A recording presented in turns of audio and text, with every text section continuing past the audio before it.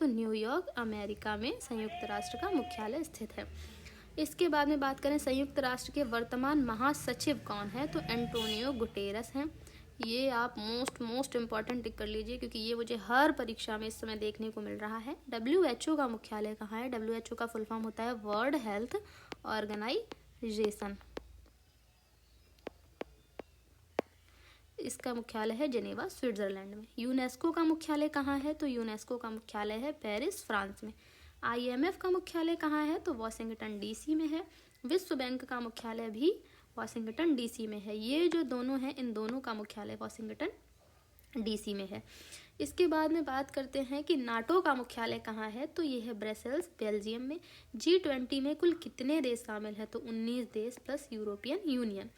G7 देशों की संख्या कितनी है? तो 7 है। इसके बाद में संयुक्त राष्ट्र में कुल सदस्य देश कितने हैं? तो 193 सदस्य देश हैं।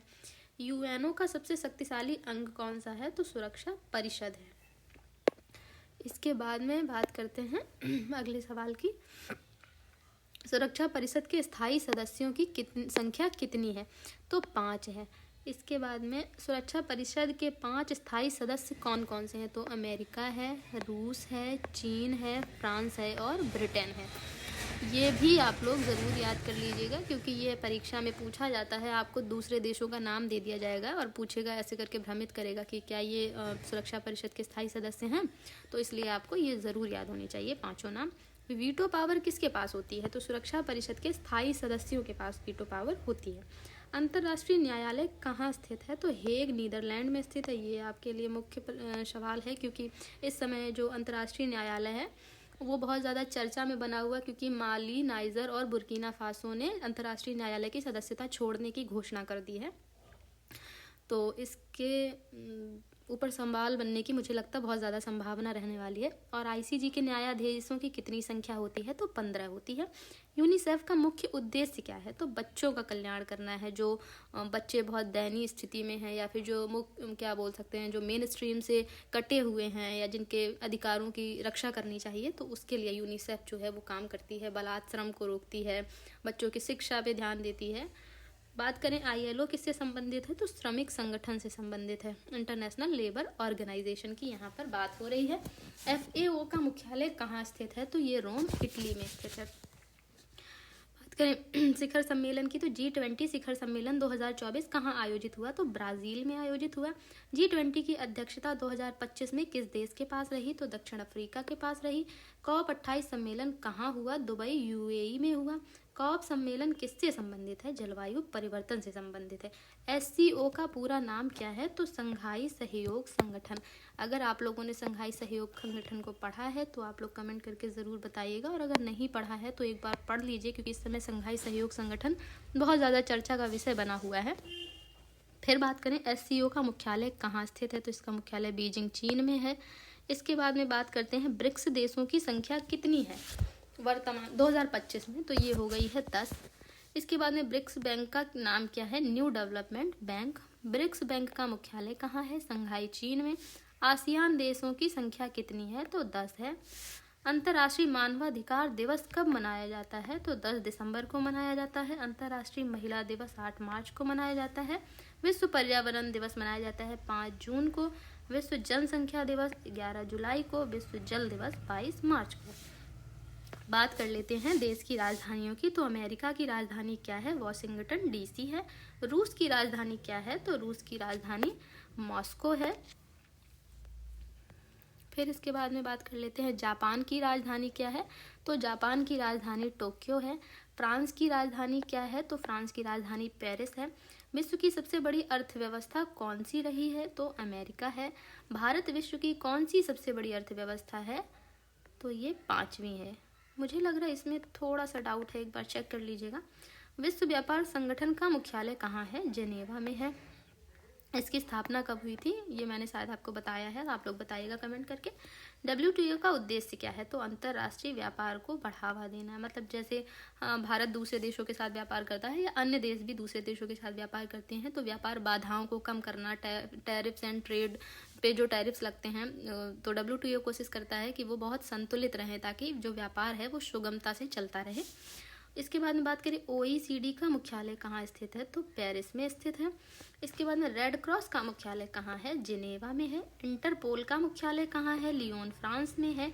एशियाई विकास बैंक का मुख्यालय कहाँ है, मनीला फिलीपींस में है। ओपेक किससे संबंधित है, तो ओपेक जो है वो तेल उत्पादक देशों का समूह माना जाता है, तो ये उससे संबंधित है। इसके बाद में बात करें कि ओपेक का मुख्यालय कहाँ स्थित है, तो वियना ऑस्ट्रिया में है। विश्व का सबसे बड़ा देश क्षेत्रफल के अनुसार कौन सा है, रूस है।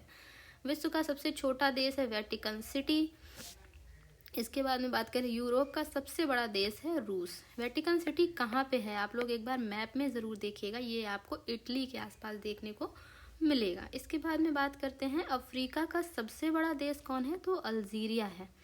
एशिया का सबसे बड़ा देश कौन है, रूस है। मानव विकास सूचकांक कौन जारी करता है, तो UNDP करता है। विश्व खुशहाली रिपोर्ट कौन जारी करता है, तो संयुक्त राष्ट्र करता है। ग्लोबल इनोवेशन इंडेक्स कौन जारी करता है, WIPO करता है। विश्व प्रतिस्पर्धा रिपोर्ट कौन जारी करता है, तो विश्व आर्थिक मंच करता है। Ease of doing business report कौन जारी करता था, तो विश्व बैंक। इसके बाद में क्या है, बात कर लेते हैं UNO का स्थापना दिवस किस नाम से जाना जाता है, तो संयुक्त राष्ट्र दिवस के नाम से जाना जाता है। UN डे कब मनाया जाता है, 24 अक्टूबर को मनाया जाता है। ICJ का निर्णय किस पर बाध्यकारी होता है, संबंधित देशों पर। अंतर्राष्ट्रीय न्यायालय की बात हो रही है यहाँ पर, जिस पे मैं आपके साथ चर्चा कर चुकी हूँ। अंतर्राष्ट्रीय न्यायालय। बात करते हैं सुरक्षा परिषद में कुल कितने सदस्य हैं, 15। UNO का सबसे बड़ा अंग कौन सा होता है, तो महासभा होती है। ये हमारा इतने सवाल कवर हो गए। अभी बात कर लेते हैं सरकारी योजनाओं की। ये जो हमारा सेगमेंट होता है, ये पोर्शन बहुत बहुत ज़्यादा इंपॉर्टेंट है, क्योंकि योजनाओं से सवाल आपको हमेशा देखने को मिलते हैं। तो इसको आप लोग बहुत ध्यान से पढ़ना और स्क्रीनशॉट भी चाहें तो लेते जाना या फिर कॉपी में नोट करते जाइए। सरकारी योजनाओं की बात करें तो प्रधानमंत्री आवास योजना का उद्देश्य क्या है, सभी को पक्का घर उपलब्ध कराना। PM उज्ज्वला योजना किससे संबंधित है, तो मुफ्त गैस कनेक्शन से संबंधित है। स्वच्छ भारत मिशन कब शुरू हुआ था, तो 2 अक्टूबर 2014 में शुरू हुआ था। जल जीवन मिशन का लक्ष्य क्या है, हर घर नल से जल। आयुष्मान भारत योजना किससे संबंधित है, तो स्वास्थ्य बीमा से संबंधित है। बेटी बचाओ बेटी पढ़ाओ योजना किससे संबंधित है, बालिका शिक्षा और सुरक्षा से संबंधित है।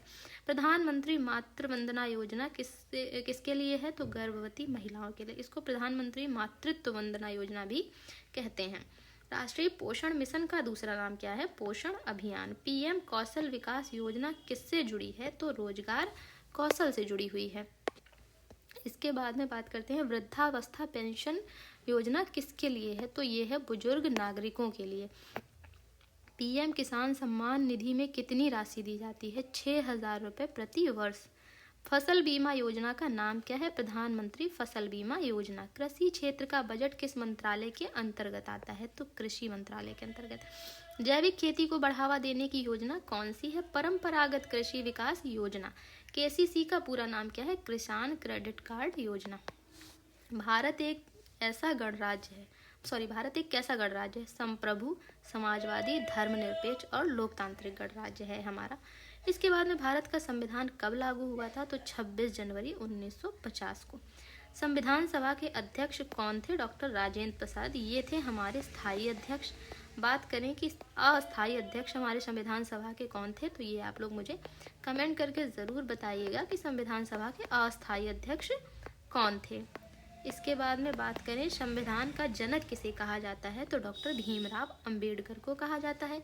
ये संविधान की किस समिति के अध्यक्ष थे, अगर आप लोगों को पता है तो मुझे ज़रूर बताइएगा किस समिति के अध्यक्ष थे। ये बहुत ज़्यादा इम्पॉर्टेंट क्वेश्चन है जो इनके बारे में अक्सर पूछा जाता है। भारतीय संसद के कुल कितने सदन हैं, तो 2 सदन हैं, लोकसभा और राज्यसभा। इसके बाद में हम बात कर लेते हैं कार्यपालिका और विधायिका की। तो लोकसभा का अध्यक्ष कौन होता है, स्पीकर। इस समय स्पीकर कौन है हमारे, अगर आप लोगों को मालूम है तो बताइएगा। राज्यसभा का सभापति कौन होता है, उपराष्ट्रपति होता है। राष्ट्रपति का कार्यकाल कितने वर्ष का होता है? 5 वर्ष का होता है और इन पर महाभियोग लगा करके इनको हटा भी सकते हैं बीच में। हालांकि अभी तक भारत में एक भी राष्ट्रपति के ऊपर